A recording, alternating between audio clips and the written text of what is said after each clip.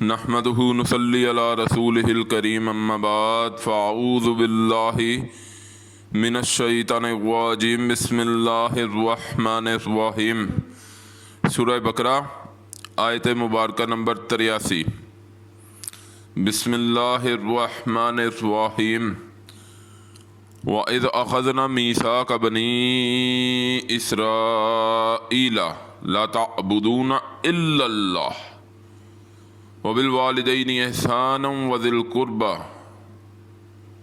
وَالْيَتَامَى وَالْمَسَاكِينِ وَقُولُوا لِلنَّاسِ حُسْنًا وَأَقِيمُوا الصَّلَاةَ وَآتُوا الزَّكَاةَ ثُمَّ تَوَلَّيْتُمْ إِلَّا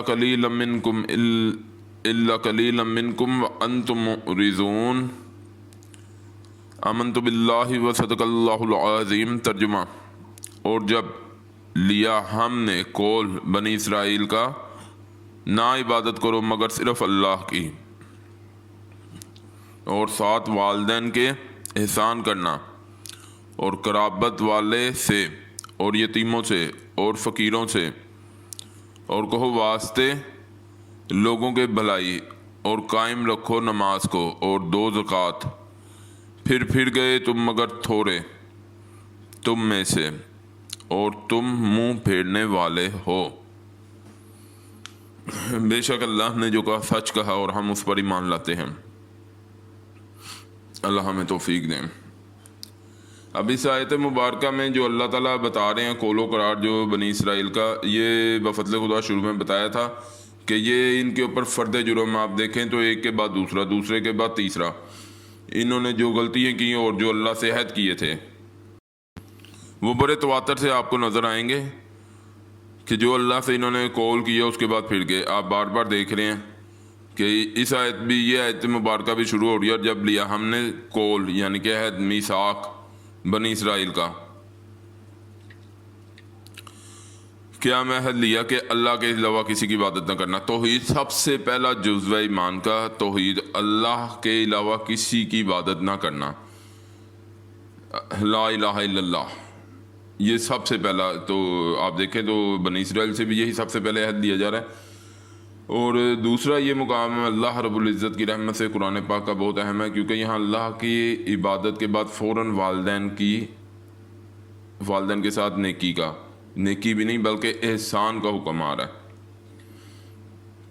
اب پچھلی آیت مبارکہ میں جو اصحاب جنہ کا آیا تھا اس میں بھی تھوڑی سی اپنی جو ہے اس میں تفصیل مل جائے گی اللہ کی رحمت سے اس آیت مبارکہ میں، کہ وہ لوگ جو ایمان لائے اور کام کیے اچھے، یہ لوگ ہیں بہشت کے رہنے والے، اور وہ ہمیشہ اس میں رہیں گے۔ یہ پچھلی آیت مبارکہ میں جو بتایا تھا، تو آپ اس آیت مبارکہ سے اگر پچھلی آیت جوڑ کر پڑھیں گے تو آپ کو نیکی کی تفصیل بھی مل رہی ہے۔ نیکی یہ نہیں کہ اپنے طریقے سے نیکی کرتے رہو، جو دل میں آ رہا ہے وہ یہ نیکی لگ رہی ہے، یہ رستے سے روڑا اٹھا لیا ہے، بے شک وہ بھی نیکی ہے، بڑی اونچی نیکی ہے، کسی کے لیے وہ جان باعث سکتی ہے کسی کی۔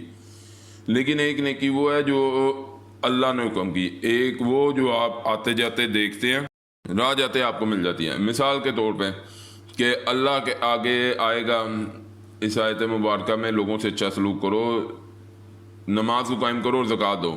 اب زکوٰۃ دینے کے آپ اپنے طریقے مقرر کر لیں اور اللہ کے طریقے کو چھوڑ دیں، تو ایسا معاملہ نہیں ہے کہ اللہ، آپ جب تک دینے والا ہاتھ آپ کا اور لینے والا اللہ کا ہے، جب یہ نہیں سمجھیں گے تو آج معاشرے میں جو ہو رہا ہے، لوگوں کو بیکاری بنا کے اپنے سامنے کمین بنا کے پھر دینا، یہ ایک رواج بنتا جا رہا ہے۔ واضح تفریق معاشرے میں ہمارے پیدا ہو رہی ہے، اس کی وجہ اس آیت مبارکہ کو سمجھیں تو آپ کو سمجھ آئے گی۔ بہرحال ایک اور اس میں نقطہ گنوانے والا کوشش ہوتی ہے ذہن میں جو نقطے ہوتے ہیں کہ اس آیت مبارکہ کے اندر جو نقطے ہیں وہ یاد کروا دوں، اللہ توفیق دیں۔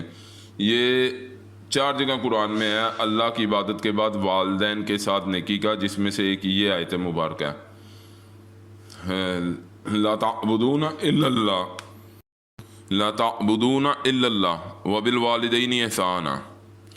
اب اس آیت مبارکہ میں اللہ کی عبادت کے بعد فوراً والدین کے ساتھ نیکی کا حکم آ رہا ہے، اور قرآن میں یہ 4 مقامات ہیں جن میں سے ایک ہے یہ۔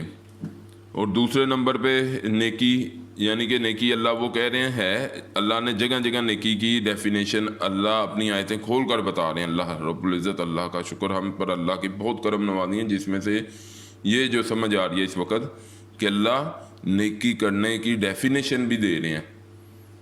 کیا وَإِذَا أَخَذْنَا مِيثَاقَ, یعنی کہ انہوں نے اللہ سے کال کیا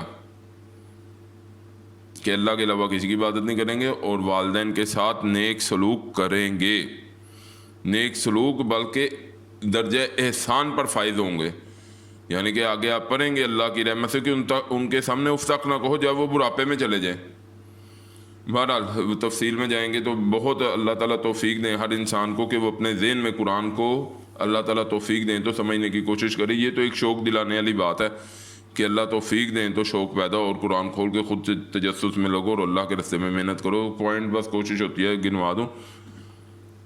والدین کے ساتھ نیک سلوک کرو اور قرابت والوں کے ساتھ اور یتیموں سے اور فقیروں سے, اور بات کہو لوگوں سے اچھی, اور قائم رکھو نماز کو اور دو زکوٰۃ کو.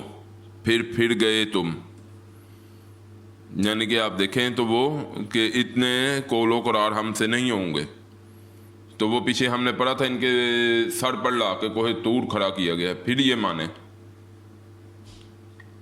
ثم تولیتم الا قلیل, پھر گئے تم مگر تھوڑے, بہت تھوڑے, منکم تم میں سے, وانتم موردون, اور تم منہ پھیرنے والے ہو.